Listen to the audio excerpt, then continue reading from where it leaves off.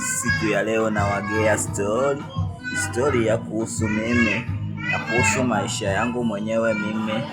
Unajua mwanzoni nilipomuona macho yangu yote yakamtazama na moyo wangu ukasimama, ukashindwa kupumua na kudunda kama dakika kadhaa, 5 ama zaidi ya 5. Lakini dakika za mwisho nikaja kupata dharau na misemo, lakini najua nilivumilia sana, lakini nikajigea moyo kwamba nitakuja kumpata. Kweli Mungu sio Asumani, nikaja kukutana naye kwenye harakati fulani.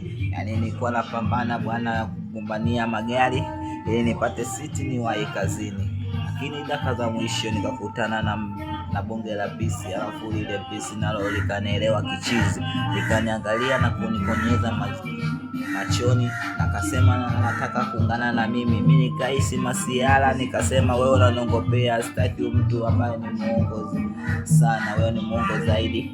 Nataka mtu ambaye ni mkweli wa kuweza kuendana na mimi, ambaye tukashauriana kila jambo, ambaye hatuwezi kufichana hata jambo hata moja.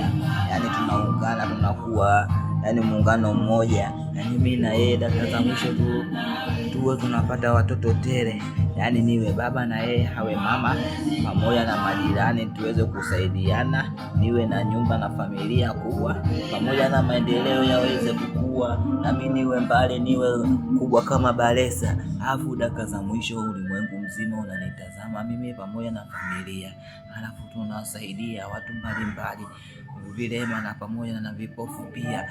Maana yake sisi mpaka tumepewa viungo hivi ili tuwasaidie wale ambao wanajiweza, ambao wasiojiweza, ambao wanajiweza tuwasaidie, wala hatuwezi na kucheza. Basi kila mbuzi atakula urefu wa kamba yake, lakini angalia na mbuzi ambaye hawezi kutembea na hawezi kwenda popote, je, utamsaidia vipi? Ndio inakuwa ndio vile tunaangaliana macho usoni na kuangalia nani hanze, nani amsaidie, yani kwa moyo wote. Kama moyo wako unakusukuma wewe msaidie.